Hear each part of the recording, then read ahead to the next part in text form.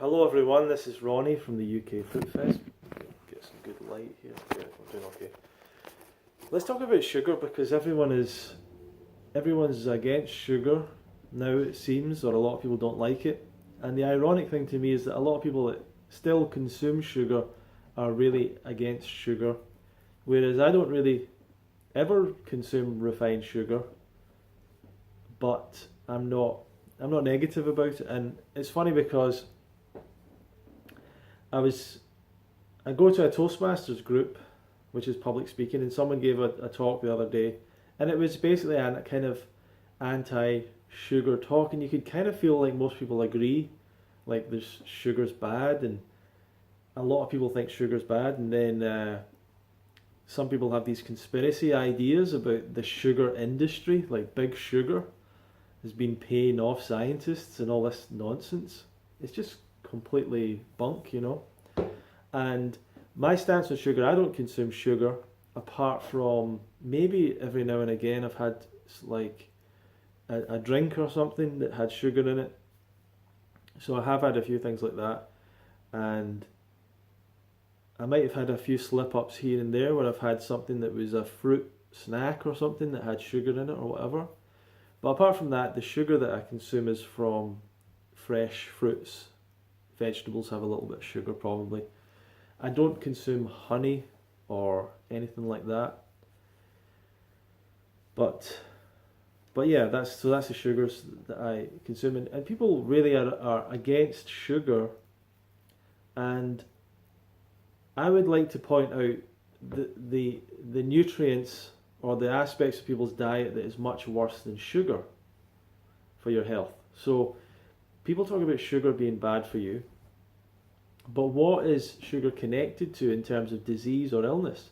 It's only really connected to obesity and tooth decay. And really obesity, it's about a whole number of things in the diet, and it's about not being active, and it's about eating too much. And the question is it really the sugar that makes people overeat? Because sugar tends to make people, tends to spoil a person's appetite. So you've got that side of it. You've got this other side of it, which is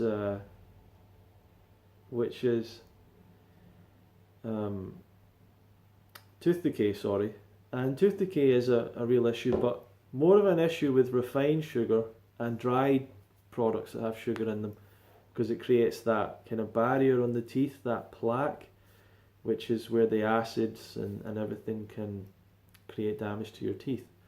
So those are the main two issues with sugar. But at the same time, like obesity, look at it another way. Getting enough calories is a big issue in a lot of other parts of the world. So having foods that are concentrated in calories are not always a negative thing. In fact, for most of human history, it was a positive thing. So there's not really a lot of issues and problems and conditions connected specifically with sugar. And you might think, well, diabetes, but if you look in the nutrition textbooks, they'll say, the mainstream nutrition textbooks, they'll say that there isn't any solid connection between sugar and type 2 diabetes. But let's look at other food nutrients, other nutrients in food. And where should we really be looking at the problems in our food? Well, if you were stranded on a desert island, or you were on a boat in the middle of the ocean and you had nothing to live on and no food or whatever, but you had a case of soft drinks like Coca-Cola, Lucozade, Red Bull, whatever, stuff like that. So your choice was you could drink those, like the worst sugary drinks, maybe not those ones, but make it the worst ones. Or you could drink the ocean water. Which one would you drink? Seawater or these drinks? And obviously, most people would choose soft drinks. And the reason is because we all know that if you just drink seawater, you're going to die very quickly from dehydration. So the question then goes, what part of drinking the seawater was bad for you? Was it the water or was it the salt? And of course the answer was the salt. It is the salt that is the problem.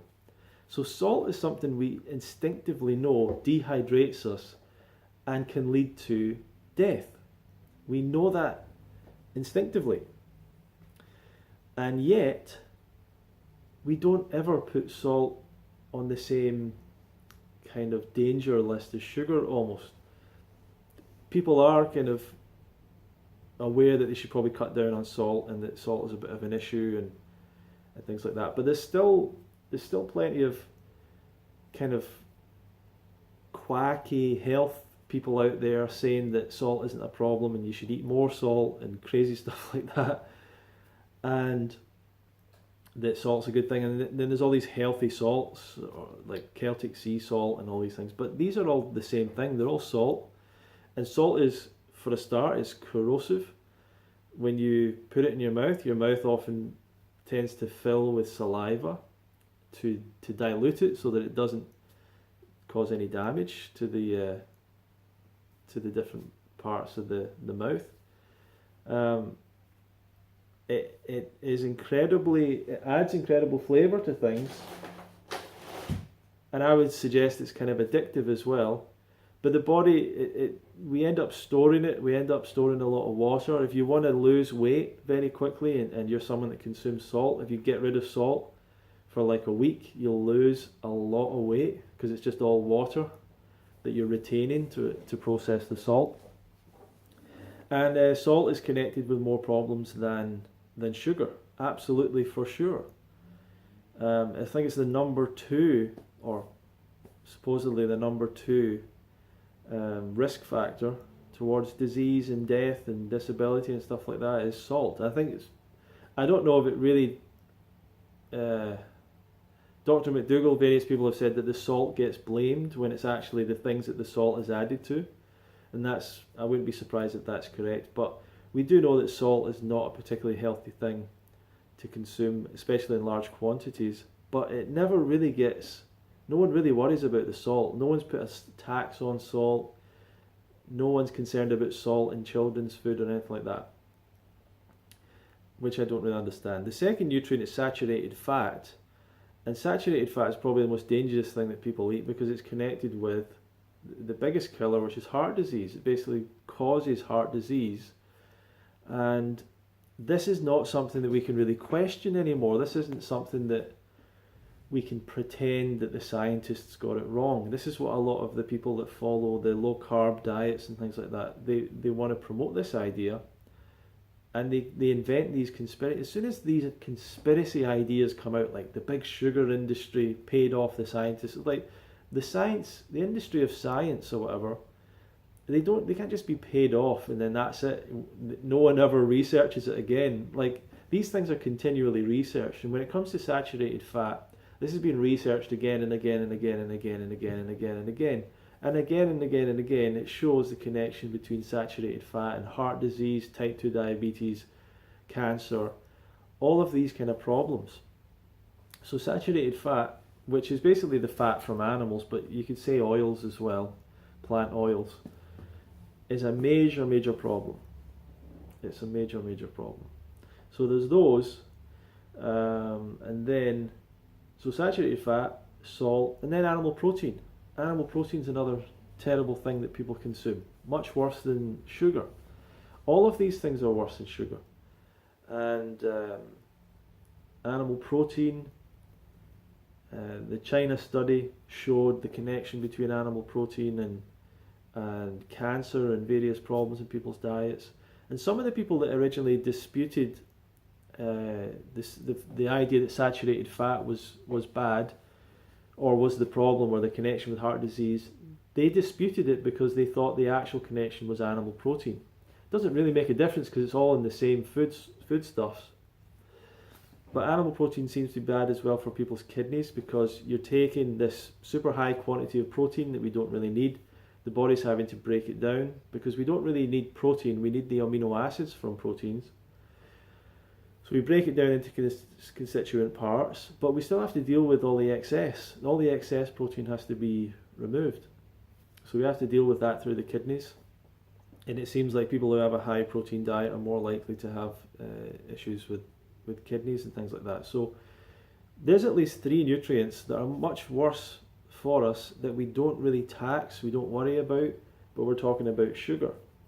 And from a young age, people are kind of turned against sugar. Their parents tell them to not eat sugar before the meal, not eat this. And it's kind of connected with being a childlike thing in a weird way. Eating sugar, eating sweet food. It's kind of got these connections with childishness, with it's a snack, it's not something substantial. And I think this carries over into fruit, where people don't think fruit's particularly substantial, they don't think it's got nutrients, they don't think it's got anything else. So that's a problem, because people come into eating fruit and they immediately think, well, I need to have some kind of savoury meal as well, but I don't see why. I think fruit is perfectly substantial for you. Not necessarily that you would want to just live on fruit forever. There's not really any reason to do that, but I think you probably could. I mean, there's not that many people that have tried it, but I think you probably could. Anyway, thank you for watching the video today. I hope that's given you some maybe advice or information or something.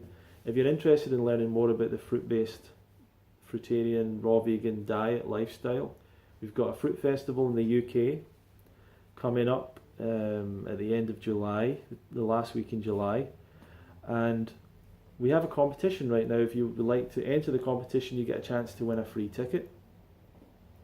So you can go to fruitfest.co.uk/competition, fruitfest.co.uk/competition.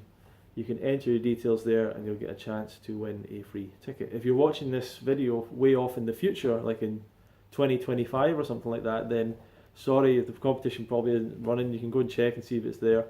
I don't know if the festival will even be on at that point, but I guess we'll see. So thank you very much for watching the video.